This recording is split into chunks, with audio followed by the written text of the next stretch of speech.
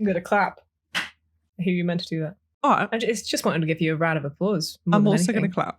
Not that I don't even know if that came through. I don't know if my mic does the thing where it just like is it RTX audio that has like the guy who did the demo where you can turn on like, or in video audio, I'm not RTX audio. There's like hoovering in the background. He's just like holding a hoover to his microphone and you can't hear it. Yes, I did. I saw that. Incredibly impressive. Did you see the one where it was like they trained AI to learn his voice and then his friend, I think it's the same person who tested this, his friend spoke into the mic in his voice and it was very trippy. No, I've not seen that. AI makes me feel weird. You know what's the scary thing about AI is that we are at like the worst it's ever going to be in terms of like development cycle, right? Like this is the least powerful it's ever going to be because we are now in the forefront of everybody getting hold of these tools because it's not just behind like massive tech companies anymore. It's everyone, and everyone has ChatGTP and everyone knows what ChatGTP is. But when that's not the thing, it's going to be 11 Labs. It's going to be, like everyone has these tools at their disposal, and that's going to be a terrifying society.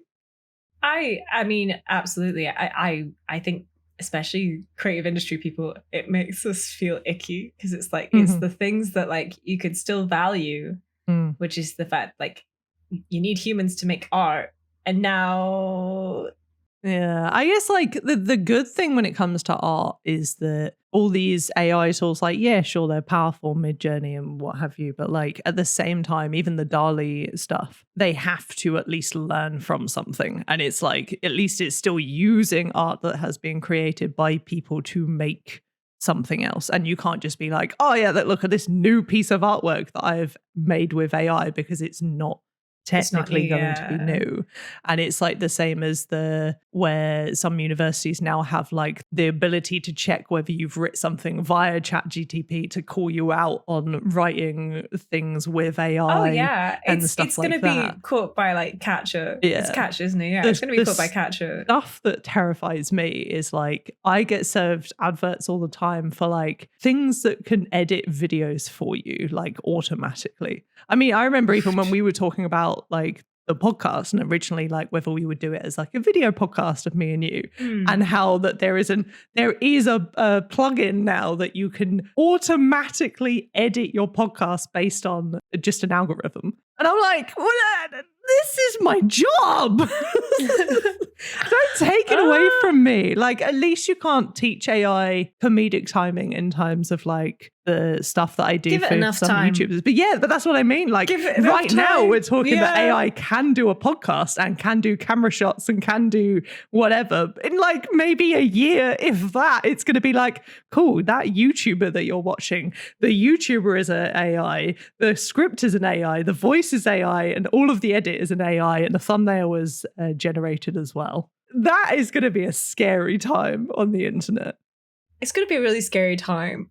I'm going to play devil's advocate here for the fun of it. This is not what I believe, but I just play along with you. But like, what if it's actually good for humanity, and then suddenly we all have this new lease of life where we spend more time outside, go back to our roots, spend more time, Do you think that it would be because that the AI has like it's gone far enough that like none of us need to work anymore, or are you thinking that we've got to a point where we fucking hate technology and everyone's reverted back to like cut your phones off, get outside, touch grass, and then there's just this divide of humanity? There's so much out there and there's so many options that we just get so bored of it all and just like unplug completely. And that kind of sounds great. My longing to just like run away into the woods and like live in the mountains is like a peak there. I think I asked you about this the other day, but like the new series of Black Mirror came out recently, and like I don't know whether you're someone who's enjoyed Black Mirror as a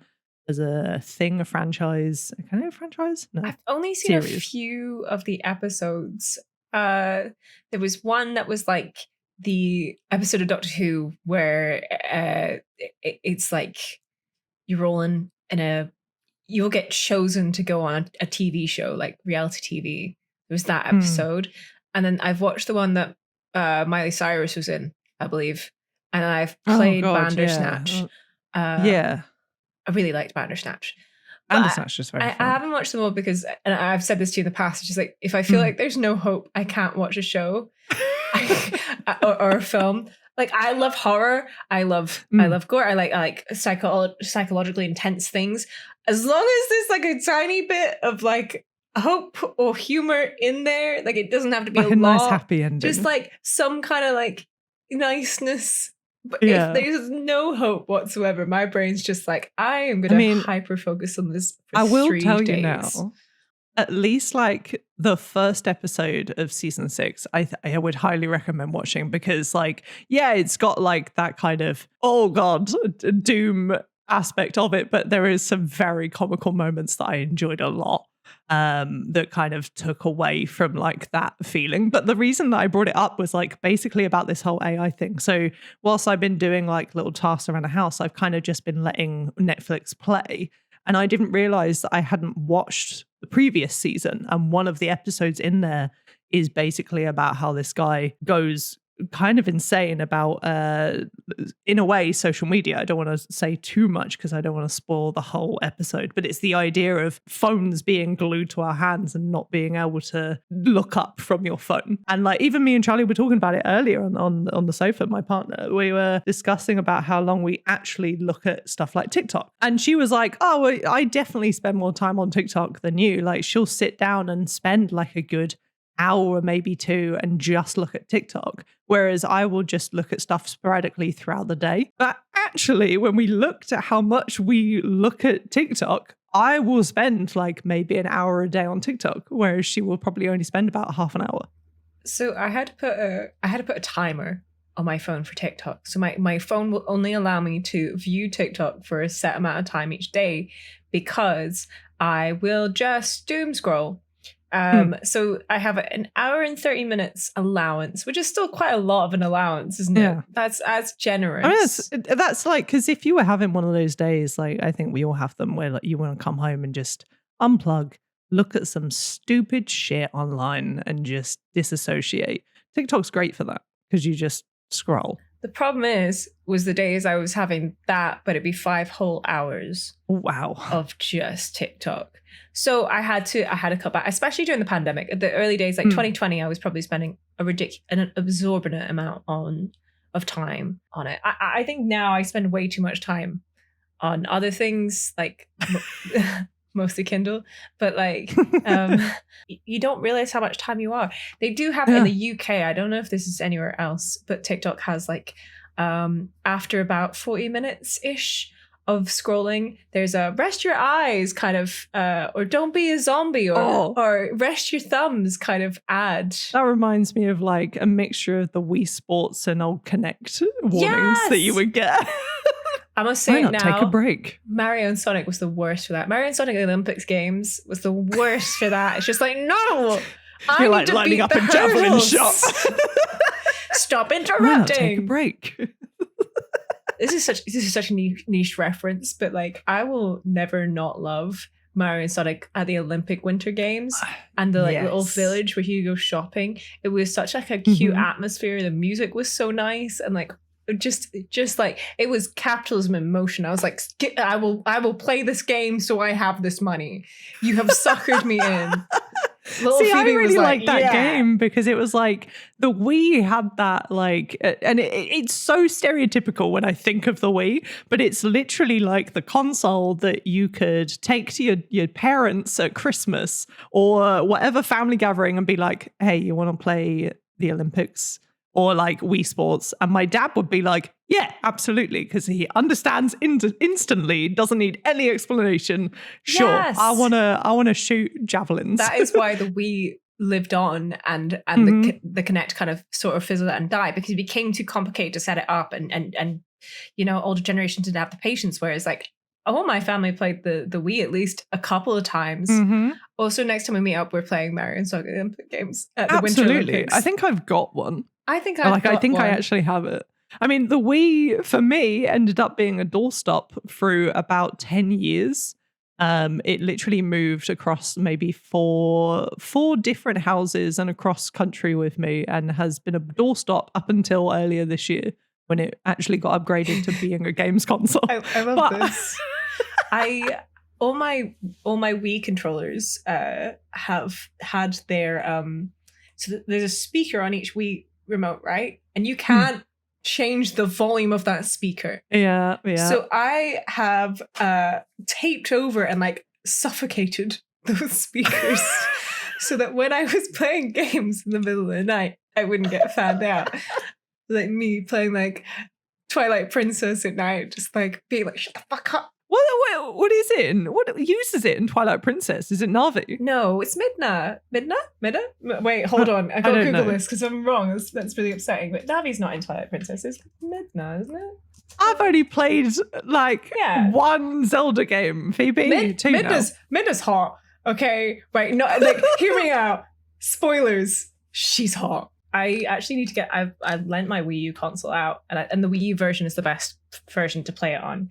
As difficult it is to track down, but if you are looking to play it, play it on that. Gone now? Is it that they got? No, it's the eShop. The eShop's gone, but you can still play it. I had to actually contact Nintendo customer services like 2 years ago, last year, because like our friend Phil, bless him, gave me his Wii U.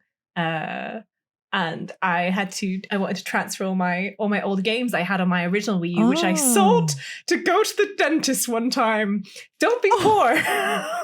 It sucks. I know, right? Tragic. Yeah, they managed to like find all my old data and get my stuff on. So I have all my old games that I bought on the eShop. And like, luckily I did this before the eShop closed down. So yeah, bloody hell. You would have lost like everything. Yeah, that is the problem. I feel sad that I didn't check before like the eShop had gone. Like I feel like there was so many golden games that I should have just picked up at the time. I mean, it's still good. Like I get like a rush of excitement. Like basically every birthday, Charlie takes me to like a CEX or I was going to say GameStop, but GameStop's shut down now in Ireland as well. So there's now no game stores besides CEX anymore. But she'll take me to a CEX and we go through the pre-owned bins of Wii games. And it's pretty much a tradition now for like four years in a row. I think like last year I got like an NCIS game. Oh, hell yeah. Because it's like I'm building myself up for like one day I'm finally going to just stream a bunch of really bad Wii games. Just for the fun of it. I'm so hyped for that. That's a big collection to build. Like I have a similar tradition, not every birthday, but every so often when I have like a little bit of extra money and I want a little pick me up, I go into a CEX. I know it's pronounced sex. I can hear you all screaming back home. We don't care. I'm not calling a shop sex. Oh, with that as well. I think I'm allowed to talk about this shit now. When I worked for an events company, at the opening of the show, we used to do like a welcoming ceremony. And the tradition back in the day was that people like Razor and what have you would get on stage and throw goodies out into the audience. Literally, the spokesperson like grabbed the mic and was like, "We're called sex!" Like to this group of like, it was like 4,000, 5,000 like kids and teenagers. And it was just like this awkward situation where you could see parents being like, what have we brought these people to? It is on one level you're like, yeah, don't let society bog you down. You call it sex if you want to. And the other hand is like, this makes me feel uncomfortable. Please stop calling it that. It's like, you know, you can take the girl out of church, but you can't take the repression out of years of I'll shut up. I'm sorry. Right. So my story, I go and I try and find Connect games. That's where I was leading up to. I go into CEX and I troll for like bad Connect games because there's not that many. There's about like 200 or something because I'm pretty sure I looked it up. It's not too much. So I'm trying. I one day would like to have every single Connect game that was ever What's produced. been your favorite? My favorite Connect game? I like the Disneyland one. It makes me giddy. It makes Disneyland Adventures, is it? Yeah, it's not a great game, but it's quite, as a concept, it's really fun. Like I remember as a kid, I really wanted it when I saw the adverts, but it was at a time where like I felt like I couldn't ask for it because it's too childish for me, which sucks. I love that you grow out of that so fast. You try and grow up too fast, and then suddenly you get to like 20, and your flat's filled with frogs. So yeah, right. Cloé, hi, welcome back to another episode of the podcast. If you're new here, this is Explaterate. I am Phoebe, and this is Cloé. She's waving. I waved. This is an audio podcast. Hello. And this is just an excuse for us to meet up at least once a week to chat. I'm excited. I haven't spoken to you since last week. I know. We spent like all of last weekend chatting and hanging out, and then it's just been a week. And we watched like 3 Ghibli movies in a row. Like the last podcast, we had only watched The Cat Returns. We've now watched Whisper of the Heart and Kiki's Delivery Service, which is now my favorite so far. Of 3 that I've now seen, that is my favorite. I kind of want to put in an envelope which one I think is going to be your overall favorite, and then see if I'm correct by the end. You should do that. You should do a prediction. I'm going to do a prediction. I've been like warned by one of our mutual friend, Pink, who, by the way, is like, I think she wants to have words with you about like generally the podcast in general. She was saying to me about how she holds back like frustration of just wanting to like chime in during anything that you say to be like, that's not a fact, Phoebe. And I was just like, look, Pink, I don't know. Where did I claim Phoebe to be is a so fact? confident, and I just go along with it because I see no wrong. But I have been warned that I shouldn't watch, I think, is it Grave of the Fireflies? Okay, it's not that I'm sorry, we're watching it, but it will be a harrowing experience for both of us. She was like, if you do watch it, you need to be in like the greatest state of mind that you're in before you sit down to watch it. My plan is we'll watch that one, and then I will see what else we have on the list and pick a nice fun one, and we're gonna have to watch 2 back to back that night because I just trust me on this, you'll need it, or we can watch something really dumb, like I'll just make you watch fine compilations until you're no longer in a state of mind of peril. Fair. I mean, I cried at Kiki's Delivery Service. I cried at the fact that the grandma who is being shunned by her like granddaughter and then makes a cake for Kiki, that kind of just that sent me, and I could not recover mentally. I still think about it. I rang my nan today just to be like, how you doing? Aww. In my head canon, those 2 old women are like in a couple, and like they just don't want to be out about it because of society. But like, let's go lesbians. That was cute. Pop off. So sorry, yes. Explaterate. I've got a coin because you did a coin last week. I did flip the coin last week. I have a second Disney coin. The last one had Mickey on the front and France on the back. This one has Minnie on the front and Paris on the back. I think they both had Paris on the back. Wasn't the other one just the Eiffel Tower? Okay. No. This one's Minnie and the Eiffel Tower on the front. It's just literally on the back. It just says France, Paris. But I'm choosing to read the Paris part of this one and France on the other, so they are distinct, right? I'm gonna go. But this one's Minnie. I'm choosing France this time. Then you're choosing France. What? Paris. Oh, sorry. Paris, Texas, obviously. That was the worst coin flip I've ever seen. It's just no one saw it. It is Paris, Texas. You are correct. You've won the coin flip, which means you get to pick the topic for this week. What are we going to be discussing this week, Phoebe? Well, Cloé, as you well know, I have a bit of a, I'm a huge bookworm. I read a lot.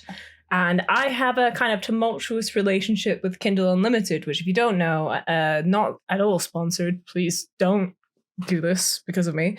But if you have an Amazon Prime subscription, you can get a Kindle Unlimited subscription, which makes a bunch of books free to read, And oftentimes what will happen is I'll want to read a book and it'll be a Kindle on Kindle Unlimited, and it's cheaper for me to have the subscription than purchase the book So then I have the subscription and I want to make the most of it. So I read a bunch of books. You kind of go down the Kindle Unlimited rabbit hole because there's so much on there and there's so much self-published stuff on there that it gets a bit crazy. And today, what I thought I would do, right, is I would take you through some of the weirdest ones that I have been recommended via the Kindle Unlimited. I have not read, okay, that's a lie. I've not read many of these. I've read one. I will point out the one I've read. But so it's kind of like from the one that you have read, then all of these have kind of been spawned out of the recommendations. Ironically. Also, I just want to preface this saying, like, there is zero judgment from me if you read this stuff or enjoy this stuff or write this stuff. I think it's fucking incredible. I think this is like the thing about erotica a lot of the time, which is what we're reviewing, people. I probably should have said it's I smart. love that you just dived into it with that. It's smart. There's the drop. We're going straight. So yeah, it's actually like unlike a lot of porn or even film or other media, which is often from the male gaze. The thing about a lot of these books is it's the female gaze. It can be empowering. It can also not be, but whatever you're into, it's just literature. Kinda. It's something. Keep self-publishing, people. And if you're using AI to write these things, don't. Oh my God, can you imagine? I mean, that definitely exists. I can't imagine it because it exists. Like, yeah. Do you think, like, is there some of the books even that you've looked at, or like with the list of books that you've got today, is there like even author credits of like, because I saw that's even a thing.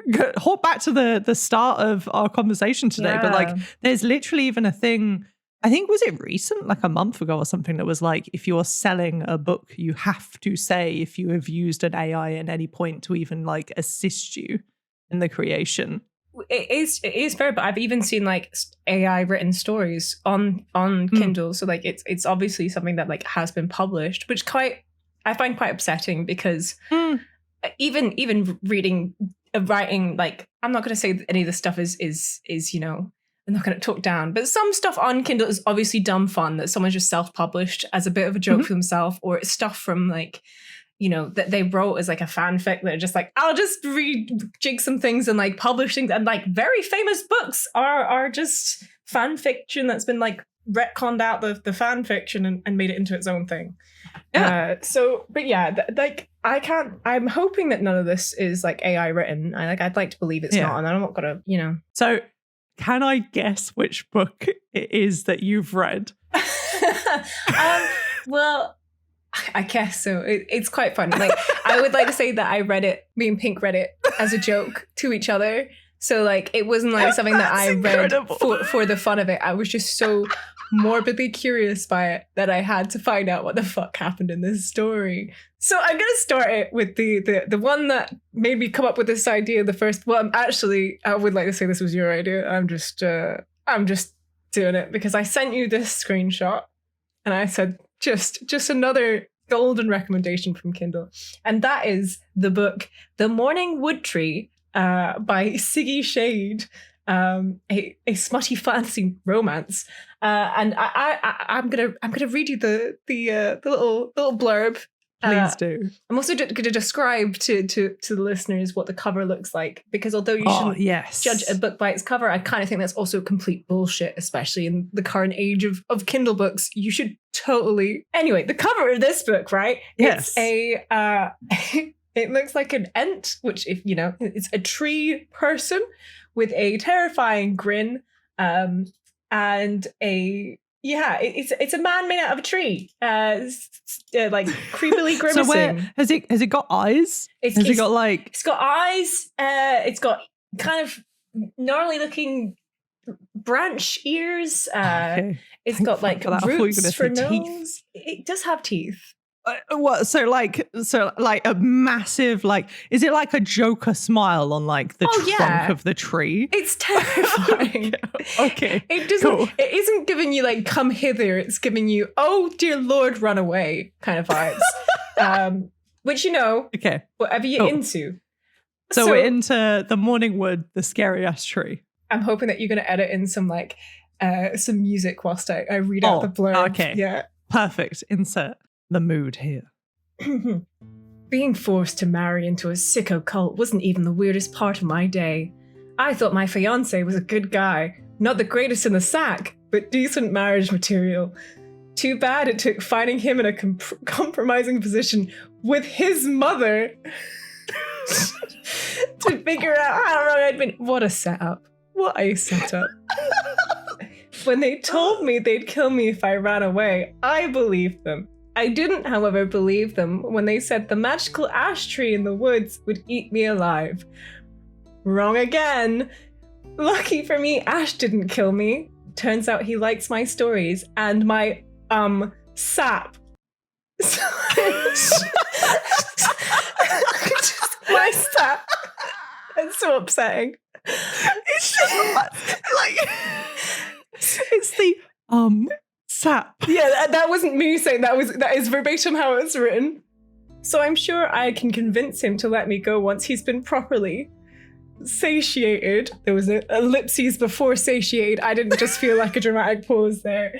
I never thought the killer tree holding me captive would turn out to be a better man and lover than the idiot I married, but he is. Now I'm starting to wonder if a girl with roots in the sea and a tree with roots in the wood literally can find their happily ever after together. I remember like the morning that you sent this to me, I think I literally like woke up and then just saw this screenshot of that description on my phone and was just kind of a bit, what the fuck is going on? And why do I feel like this is Evil Dead? Like I also want to inform you that this is the #1 bestseller in erotic horror on Amazon right now. What? This is the #1 bestseller. Like, this isn't just like a little bit of like, you know, this isn't some niche. This is a top-selling book. People really be into that sap. Oh no, sweet nectar, no. I can't. Like, it was that bit that sold it to me that was like, I just need you to read me these on a podcast. Because it's just harrowing. My favorite thing about this blurb, I don't know if it's my favorite, but I think the confusing thing for me is just like, why was it so necessary to bring up the fact that her current fiance is sleeping with his mother? Why was that so necessary in the blurb? I don't know. I've got so many questions about this book, and it's just insane. Okay, moving on. So this one is actually also by Siggy Shade, the author of the last nice. one. Yeah. This one also hasn't been released yet. It's not coming out until the 23rd of July. So guys, so listeners, you know, hot off the press. Like, let me know what it's like. So this is the Loch Ness Monster. That's the title. Oh no! And I'm gonna read the blurb. Cue the music. Sorry, cue the music. Yeah. My plans didn't include sexy time with the Loch Ness Monster, but maybe they should have. My fiancé turned our wedding into a viral sensation for all the wrong reasons. At the time, I didn't know anyone was filming it, but millions of people saw me getting jilted at the altar. So going on my honeymoon trip to Scotland was an even better idea than I'd initially thought. Being able to quietly fall apart in a boat in the middle of a peaceful loch, far from the chaos my ex created, was a blessing. Sorry, I'm going to jump in here.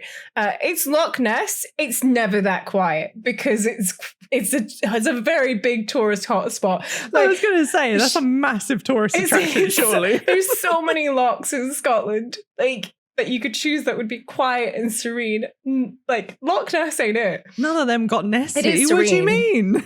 Anyway, I didn't know my pain would summon a monster, or that he'd used every dirty tactic at his disposal to cheer me up. Isn't Nessie canonically a female? I mean, I don't know. Personally, when I think of Nessie, the only thing that I've ever been told is like, you think of what are they called, Diplodocus dinosaurs? Yes. And that's the only image that I ever have in my brain when someone's like, oh, the Loch Ness Monster. And I'm like, oh, it's a Diplodocus. See, no, what I think of is, you nicknamed my daughter after the Loch Ness Monster? That's everything. It's fucking everything. Yeah. But he did. Nestor. Nestor showed me just how fine the line is between hot, erotic fantasy and happily ever after. He wants me to stay with him forever, but my life, my real life, is far from his lock. Now I've got a monster-sized decision to make. When all is said and done, hopefully no one will ever end up brokenhearted, especially me. What is that pun? Sorry. I love it. What the fuck? This is more and more. This is giving me the vibes of like, you ever seen is it the show on TLC that's like, the bad thing that I'm about to Google here is TLC show, person loves fence. Because that's the one that like comes to my brain. Is it not My Strange Addiction? People who love objects. Oh. So it's literally a show of like they have an episode where it's a person who loves the Eiffel Tower.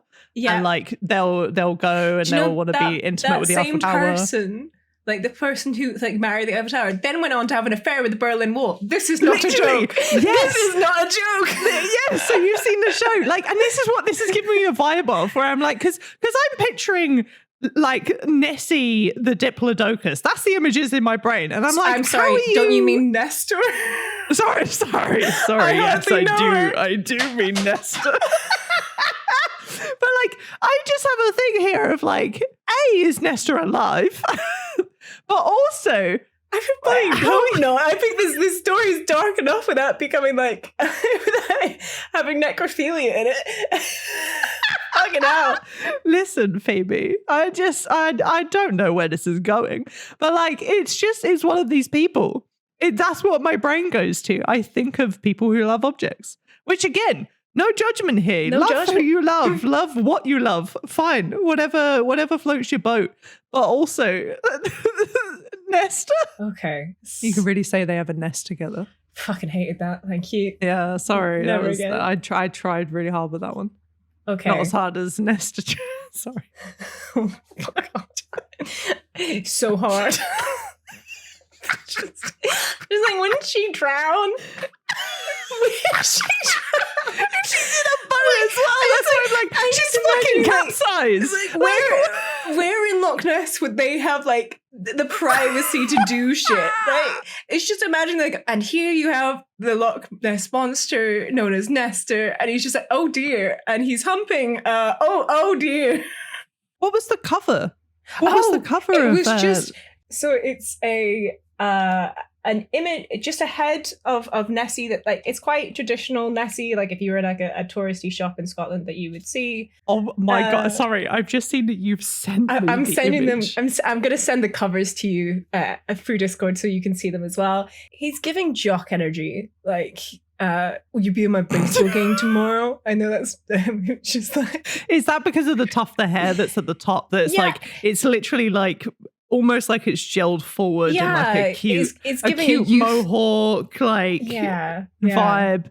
This is Nestor. No, sorry. Nestor, no.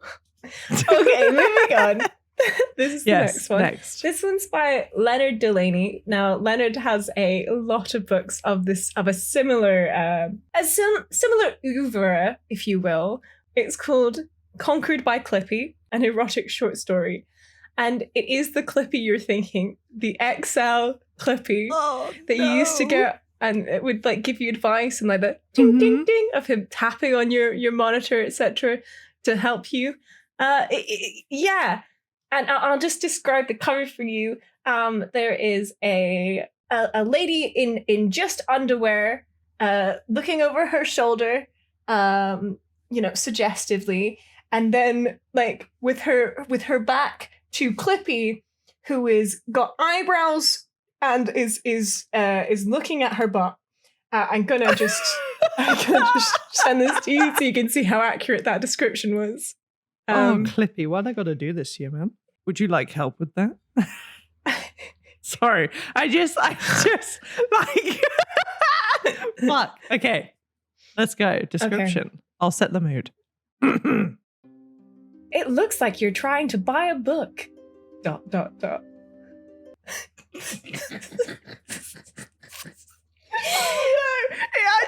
is going to be that. Sorry. Christy Aukerland doesn't need help with anything. So when the world's biggest technology company offers to fly her to a remote location and investigate an ancient alien artifact all by herself, she's like, I'll do it! The artifact isn't what it seems.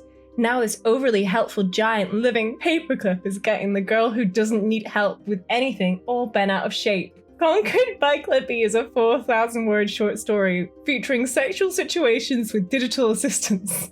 It's for super mature audiences only. I have 2 questions immediately. Why have they turned Clippy into an ancient, alien thing? That is not how I took it. Oh, how did you take it? Oh, okay, so Clippy is the ancient artifact. I didn't put 2 and 2 together. I'm like, why is Clippy this ancient artifact? Number 1, it wasn't that long ago. But maybe 2, it's set in the future. Why is Clippy ginormous? I thought Clippy is literally like a paperclip. How fucking big is this paperclip? You can't just ask. You just can't ask. You can't just ask Clippy how big his paperclip is. Come on, Chloe. Oh, Jesus. I'm not talking about getting a measuring fucking tape out here. I'm just like... I in my head when I thought of Clippy, I'm not thinking this motherfucker's 7 foot tall, you know. Yeah. I mean, Clippy can't stand up. Clippy's fucking round. So I've got many questions. Phoebe. I'll just quickly go through a few more of Leonard Delaney's titles. Yes, I'm not going to read you the descriptions, but I'll just give you some of his titles. So, God. He's also got Taken by Tetris Blocks. Invaded by the iWatch. Coaxed by the copyright page. And rammed by the reviews for this book. What the actual fuck? Oh my God. Okay, so far, if we were going off of what clickbait title is enticing me to actually click on one of these books.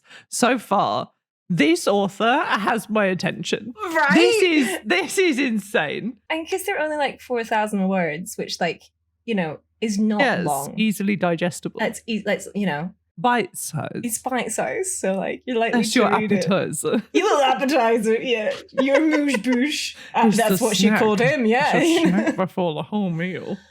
Oh, God. Right, moving on. Oh, good Lord. Can I also assume that, the same as Conquered by Clippy, are the covers for, Tetris and all such the same. Are literally all the same? Is it, the same comical eyes and eyebrows on, each of the... Yeah, I think they missed... objects?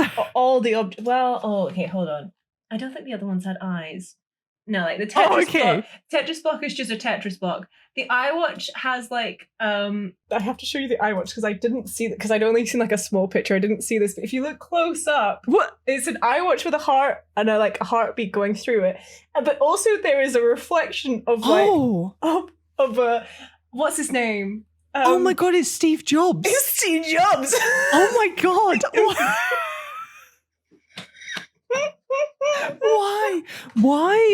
Why? That's horrifying. This one is called Get in My Swamp, an Ogre Love. On the cover, there is a forest backdrop with a buff-looking green body over it. And then swamp has 2 hearts around it. I shall now send you it. This has to be the one that you read because this cover even gives me Live, Laugh, Love vibes. It's this Give, Live, Laugh, Love vibes. It really does. It's literally you could, without take away the torso, right? And you could put that image, you could swap the text and put that on a wall and you could sell that to some middle-aged Karen and be like, that is a Live, Laugh, Love staple of your house now. Oh, I thought you meant just have the naked man. Oh, no. Well, sorry, yeah, you could have that. Yeah, I mean, also that Karen loves that. I'll wait till the end before I tell you which one me and Pink read. Okay. Cool. So, setting the mood. Boom. When Leona stumbles upon Beck, the ogre's trap, and becomes his prisoner, she's determined to get away. but it doesn't take long for things to start heating up between the two. Beck is trying to protect her, and Leona can't help her body's reaction to the buff green monster. The lines between captive and captor become blurry, and the passion becomes a raging fire neither of them can put out. Get in My Swamp was previously released on Kindle Vella, and the latest chapter was posted on December 25th. A Christmas present, if you will. I don't know what that means. That was, compared to some of the others that you've read to me, that didn't hook me in. It wasn't a good, was it? I wasn't It wasn't a good. It wasn't a good blurb. Maybe no. this wasn't the one that you and Pink read. The description has changed my mind. I will say that the next one has a very short blurb, and it doesn't give much away. But I think once I read the title, you understand why I chose it. Because I chose it just for the title. Okay. It's by Petra Palerno, and the title is "All I Wanted Was Sushi, but I got abducted by aliens instead."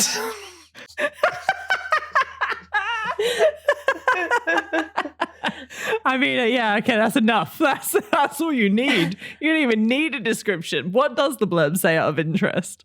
Wait, I'll describe the cover for you first. Sorry. What does the cover look like? So it's a very cute pink colored cover with cutely cartoonish drawn sushi all up and down the back, and then in the foreground there is a pinup style woman on the cover, and yeah, it's actually a cute looking cover. I have no, like, of the covers we've had so far, this one is very cutesy. Like, I wouldn't hate having that as an actual book. Oh, okay. So like the pinup woman is being abducted. Okay. Oh, sorry. Yeah, she's underneath the UFO, if you will, in the beam where you'd normally see a cow. You know what? That it could be like an 80s or 90s TV show, like a sitcom that was kind of like 30 Rock era of television. I feel like you could have put that on and that would have been like sure, that's a TV show. I kind of get what you mean. Like if like from that character's drawing, I'm like, this could be like a Adult Swim animated series. That's an Adult Swim version of the Jetsons right there. Oh yeah, I get that. Yeah. So this is the very short blurb. Opal is trying her best in the Midwest after the sudden death of her parents. Everything comes to a crashing halt. She's abducted by aliens and forced to work as a human dancer for extraterrestrial enjoyment. Easy for you to say. A chance encounter with an alien prince while stuck in a traffic jam might just change the trajectory of Opal's new life in space. I have a question. Yeah. Besides the swamp, well, actually, I mean, kind of with the swamp, why do all of them have to be like an unfortunate circumstance that leads to these like discoveries and or love situations? Like, why is there got to be that it's the death of her parents that starts off this whole thing? Or like, even with Clippy, it was like, oh, she was sent to investigate this ancient thing, and like, oh, suddenly this happened. Like, why has it got to be that? Why can't it just be like, you know what? Clippy's got those curves, yeah? I'm into that, you know? Like, what? To be fair, the Clippy one, like, there was nothing wrong. There was nothing that was just, like, sad about their backstory, at least in the blurb. But yeah, there is this trope, and I don't think it's specific to Kindle books, but, like, even if you went into a Tesco and do you remember, do you know what I mean when you, like, there's a section in each Tesco and, like, in a supermarket where it's, like, really depressing stories for a woman to be more depressed about life, and it's just horribly tragic backstories, but like people will eat that stuff up because, like, you know, it's just like, at least my life's not that bad. But I think as well as like the idea that, you know, a lot of these characters probably needed a change of pace, like they need escapism, and what books are, if nothing else, is escapism. So I think it's the need to be like, something horrible happens and you want to escape your life. I do want to say, just to cover my ass here, like, I also read good books. I don't just read rubbish books. I feel like people are judging me. Doubt that. I don't feel people judging. Are you judging right now, listeners? Can you email us and tell us if you're judging us? I really hope someone replies just like, yes, I was judging. But like, I know you. Last year you hit like what 100 books that you read in the entire year last year. Yeah, like that? 100, Over 102 was the final count. If we're counting a Mr. Men book I read at like 11 a.m. before. Okay, look, don't also say about Hogmanay. Mr. Men when you're trying to say that you read. Yeah, but like, yeah. My favorite book I've read this year, I'm just going to pop this out as a recommendation, is God Killer by Hannah Kaner.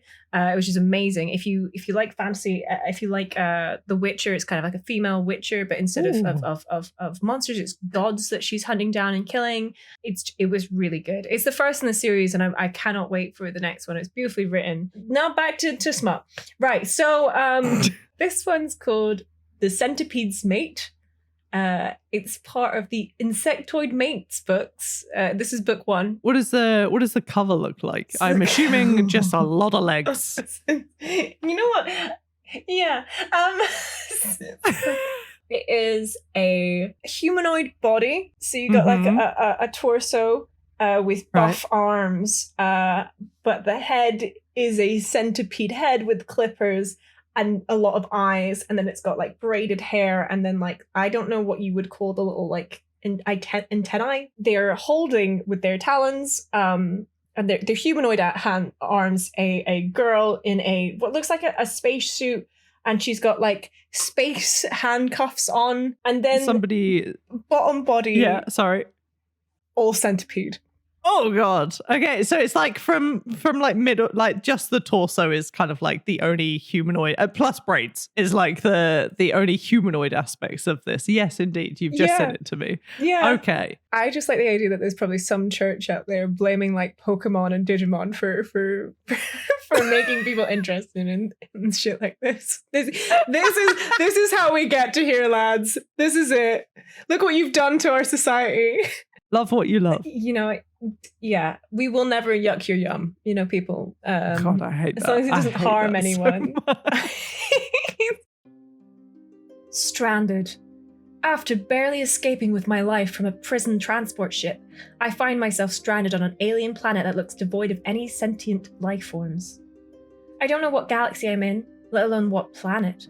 With my escape pod out of commission, I'm stuck on this humid jungle planet until further notice. And to top it off, I'm still handcuffed with no feasible way to defend myself against the planet's predators. Until him. Vedril. I don't know why the names just set me up. A giant centipede man called Vedril. Vedril rescued me from certain death, but I'm afraid of him. Yeah, of course you are. He's a centipede man. You should be afraid. Though humanoid on top, his lower body is shaped like... a centipede! And I hated bugs. But after navigating our language barrier, I find myself growing closer to him. He's kind and protected me from harm. But he kept saying I'm his mate. Even though my heart's softening for the big bug, I can't stay on this planet with him. Can I? You know what this actually like reminded me of, and also it's not the space aspect of it. I'm kind of still fixated on this cover, right? But you know what it has actually reminded me of? Season 1 of Buffy the Vampire Slayer. Do you remember the praying mantis? Yeah, the praying mantis teacher. Oh my god, the teacher pet episode. It's like someone watched that and was just like, oh my god, mother.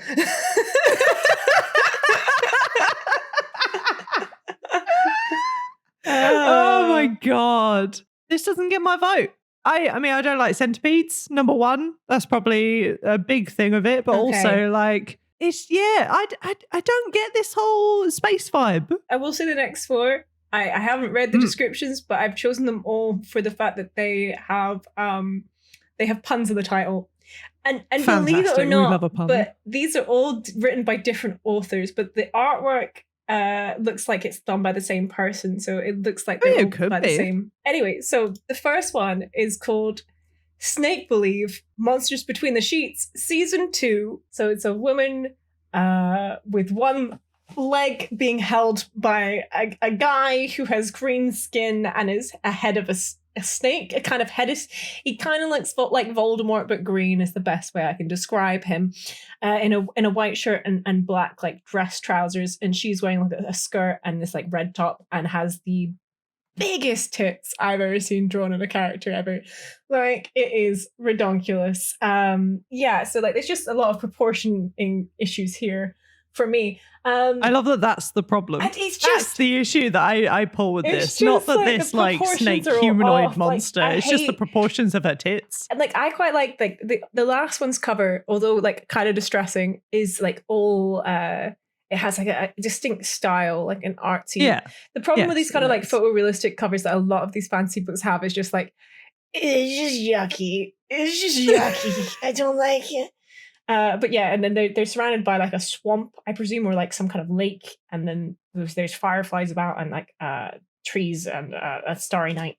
I shall now send it to you so you can confirm if this is a good enough description or if there's anything else you'd like to add. Okay. I mean, that's not even where my head went with this.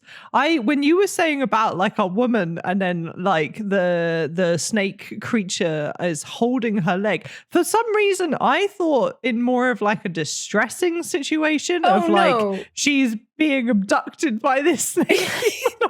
Like being dragged by like holding her leg. They're embracing. That's where my brain went to. No, they're embracing and she's got her leg up. Yeah, that's very different to what I was thinking. This gives me like Twilight vibes, but instead of it being a vampire, it's a snake. That's literally what this cover kind of gives me. There is 15 books in this season, by the way. Like, oh my god. Yeah. This green monster is the whole package. And then some. Cora, sent to Screaming Woods to write a magazine piece on its residents' monsters. I'm ready to meet hairy beasts, ogres, vampires. Heck, I even have an interview scheduled with an actual invisible man. What I'm not prepared for? A snake man. I'm terrified of snakes. Now I'll have to talk to a man-sized one on a daily basis because he owns the motel where I'm staying and there are no vacancies elsewhere in town. He's a fucking motel owner. What is that? Why is that the funniest part so far? Once the initial shock of coming face to face with a walking, talking snake passes, I start to see Leroy from the man beneath the monster exterior. And the more I get to know my snake man, the more I realize my biggest fear would be losing him. Sorry. Leroy. My future as a human vanished when I became a snake man. 20 plus years later, I wouldn't change it back if I could. I have the best of both species in me. My new anatomy has definite advantages. And because of them, I'm frequently propositioned. But that's not the kind of proposal I seek. I'm sorry. I'm so sorry. What got you? What got you? Was it just like you're reading it and suddenly realized what you were doing, or like I just became self-aware again? No. I'm the loneliest snake in town. And that just killed me. I'm the loneliest snake in town until the day Cora walks into the motel I own. I like that we had to know he owns it twice. Like, that was relevant to repeat in the book. Yeah. I had to make sure. Just like, how sexy is motel owners? Guys, motel owners, am I right? And promptly faints at the sight of me. The lovely magazine reporter is only in town to interview monsters for an article, but I know from the first day that I won't want to say goodbye to her. My charms have never failed me before, but I'm a 180-pound embodiment of her biggest fear.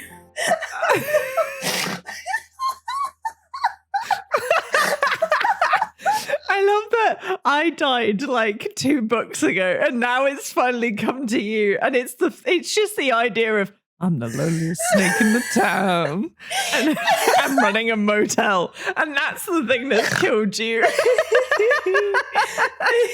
You know, the only thing that's actually intrigued me with this book, I want to know how they became the animal. Because he said in the start of his blurb, he said like 20 years ago when I became a snake man. So he wasn't always a snake man. So like there was a poison party punch. And they've all become different monsters, different animals. What happened? I want to know that. I want to know like the backstory of when they all became different animals. Don't worry about it. There's only 15 books to read of season 2. So you can figure out the whole story. Oh, I guess that is the thing. It's season 2, right? So season 1, that's got to cover it. Okay, so that was Snake Believe. Monsters Between the Sheets, season 2. This one is Horn to Be Wild, Monsters Between the Sheets, season 2. Horn to Be Wild is like, it's not even my favorite one. I left my favorite one for last. On the cover is a blue-looking man with horns. He's not wearing any shirt, but so his abs are revealed, and then he has a cape on. Wait, what?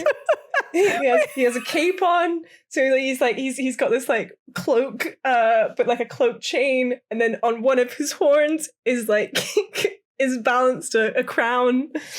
There's a woman staring at him longingly, so like he's facing forward towards he's facing forwards onwards. Okay. And there's a woman who's facing him.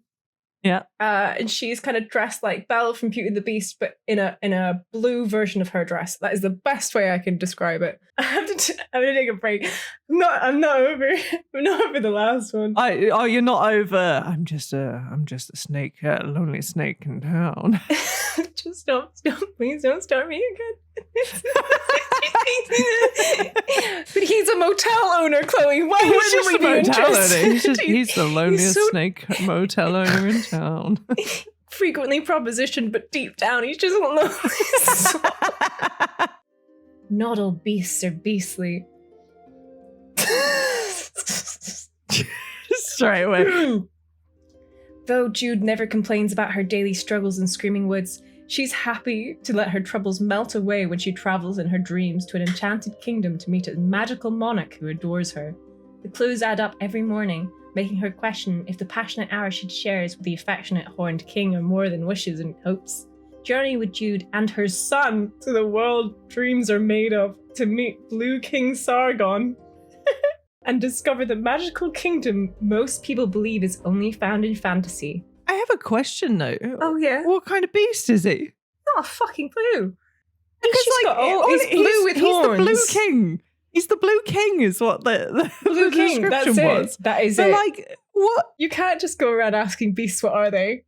No, yeah, that's true. That is, I shouldn't be asking that question. I might skip to the... No, I can't. They're both really funny puns. Right, okay. So this next one is called Ghosting the Griffin. Right. It's by Violet Ray. The cover. He has a man body, right? Mm-hmm. And he's wearing ripped jeans and a plunging V-neck shirt that like goes all the way to his belly button, so you can see his whole like pectoral chest. Right? Is it hairy? No. Oh, wax, okay. Wax clear. Completely waxed. Completely hairless chest. Right. To counteract the fact that he has a fucking lion mane, but then a human head in the middle, which may be the most ridiculous thing I've ever seen. Right. Wings. And he's got one arm down and one arm around the waist of the love interest, who again in like the kind of Horn to Be Wild where he's looking forward and she's looking longingly at him. Yeah. It is a ghost-like figure of a woman holding on to his pets. That title was misleading. In my brain, when you said ghosting the griffin, my brain went to ghosting, as in like, I was picturing like there's the happy snake who's met someone, the loneliest snake in town down the road who's running the motel has found the love of his life. The Blue King over in yonder like place has found like, his love and their now son. But then like the griffin, bless him, has been fucking ghosted like 7 times in a row because he just can't find love. And he looks like this, apparently, with this lion mane. Hey, Chloe, don't judge a book by its cover. So yeah. Sorry. Yes. What's the blurb? This is the blurb of Ghosting the Griffin.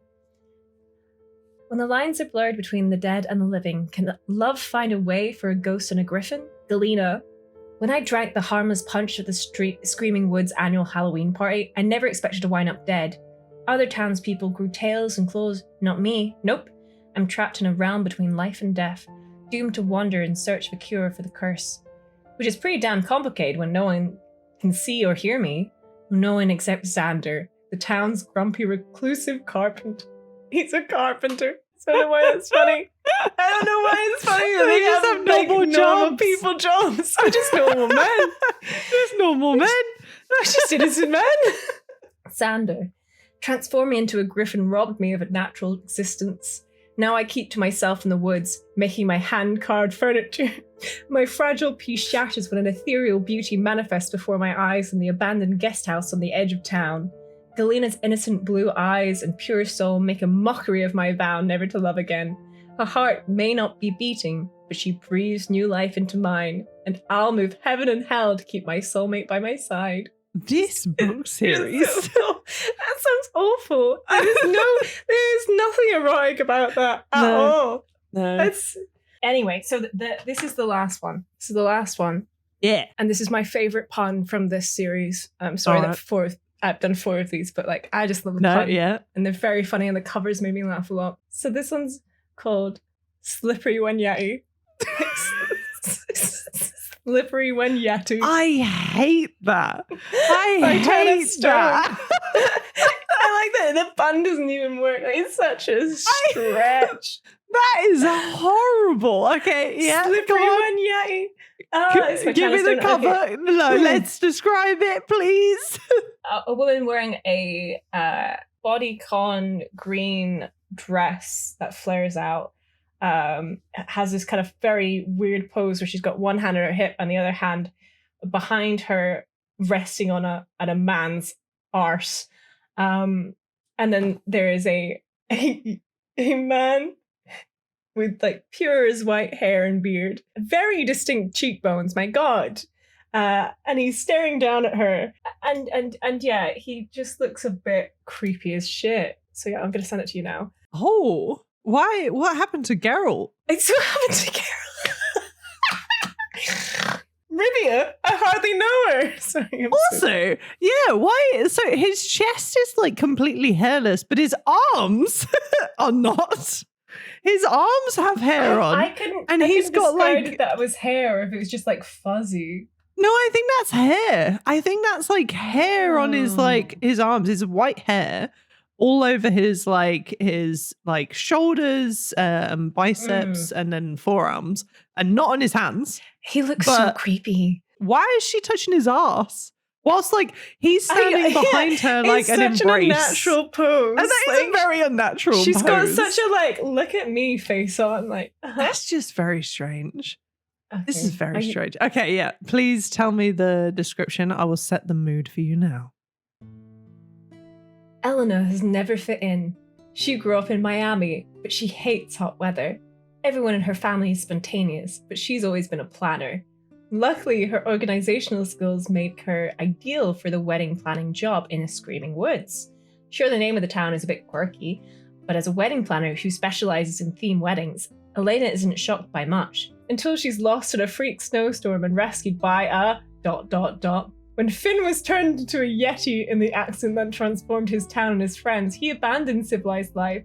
Living at the top of a nearby mountain means he stays cold and creates his ice sculpture art away from prying eyes. He makes ice sculptures. and she's a wedding planner, so naturally... Do you reckon she gets a deal? Yeah, she's using and abusing him for his art. That's what it is. Unique selling point. Here we are. Nothing screams tortured artist like a yeti. So he's perfectly happy being on his own most of the time. But then he saves a pretty woman wandering in the snowstorm. Now they're stuck together in his mountain cabin until the storm passes and they can return to their normal lives. That is, if Finn will let go of the woman he knows is meant to be his. Is this an abduction tale? Slippery When Yeti is a short, steamy romance with an HEA. I don't know what that means. And no cheating. If you like your heroes on the monstrous side with hearts of gold, you'll love this book and Monsters Between the Sheets series. Hang on. No, red flag. Hang on. Monsters with a heart of gold. You just said, it's a blizzard out there. There's a weather warning. You need to come in. It's not safe for you to travel. I've rescued you. Then come in. Oh, don't leave. I'm supposed to be with you for the rest of my life. You can't leave me. That is not a heart of gold. That is you've captured this woman. Do you know what's really always a huge turn on in relationships? When like that person has no one else. Like when they have completely solitude and you're their only hope. Like there's nothing. I there's thought nothing you were like going to be being like, you know what's a turn on in a relationship? Abduction. Well, to be honest, a lot of them involved abduction. Most of them involved abduction. Literally most of them involved abduction of some kind. That's what I mean. This is why I said, like, why does it have to be like some of these other ones went abduction, like the Ghost in the Griffin, Horn to Be Wild, and Snake Believe weren't abduction. So that Snake Man, he just met her in a motel one night. He was like, "Oh, you're scared of me. I'm really sorry that you're staying in his motel," and then she fainted at the sight of him. Well, yeah, but at least he also said. He said, like, oh, I'm worried she doesn't like the look of me. And then she grew to love him. At least that was an abduction. I know I'll meet the one for me when they see me and just basically collapse in fear. That's the one I'm looking for in my life. Well, Cloé, thank you very much for letting me No, you know what? Thank you for educating me on this part of my life that I didn't know that I had a hole to fill. Sorry, that is actually one of the descriptions of some of these books. I just didn't get to that one. Okay, so which one do you think that me and Pig read together? Right. If I'm honest, like there's part of me that makes me think that you would have read the Swamp one. However, I kind of hope you didn't, because out of all of them, I think that's actually the one that's not the most interesting, or at least like it had no leading question of wanting to read it. There's part of me that hopes that you did one of the clippy I watch Tetris situations, because they're the ones to me that to me go like, this sounds comical and I just want to know what the fuck this is. You're completely right. We read Conquered by Clippy because I read that title. I sent it to Pink and I was like, I have to know. And she's like, I have to know. So like during lockdown, we just sat in a Discord call and like read it to each other. I think she was doing cross stitch and I was just reading her this book aloud. It's only 4,000 words as well. So it's like, it was easily done in one sitting, right? And we were just like, we were deceased. It's so bad. It's so funny. Can Clippy stand up? I need to know. I mean, like, you can certainly stand to attention. Thank you for opening my eyes. You're very welcome. I had a lot of fun researching these. If nothing else, it was really funny seeing your reactions. You kind of have to keep us updated with, like, if you end up coming across some now that are like absolutely cursed, you need to tell us. There is one that was on the list that I didn't get to that is absolutely cursed, but I will save it for another day because it's confused the shit out of me. I don't feel okay anymore after seeing this recommended. Oh no, I need to know what that is. I guess I'll have to continue listening to Explaterate to find out what that is. Oh wow! And Cloé, how tell us how can we stay in touch with the podcast? I'm so glad you asked, Phoebe. Well, you can listen to Explaterate over on Spotify, Apple Podcasts, both under the name Explaterate, but also on YouTube is Explaterate as well. In fact, I think we also have a TikTok and Instagram, both at Explaterate Podcast, and a Twitter that is just Explaterate. But I mean, hey, if maybe we're outside of your 600 posts a day, so I wouldn't. Oh my god, it's so fucking ridiculous, isn't it? You know. You can also email us in at explaterate@gmail.com. Please, if you have any recommendations for Kindle Unlimited books that you've seen with weird titles and odder descriptions, we would love to see them. Or if you have any questions for us, we'd love it. Thanks very much for plotting with me, Cloé. I hope you've had a fun time. Thank you very much for podding with me. And I feel like, if anything, something to look forward to the next time that you want to share some books with me. Oh, yes. For sure. Bye for now. Bye.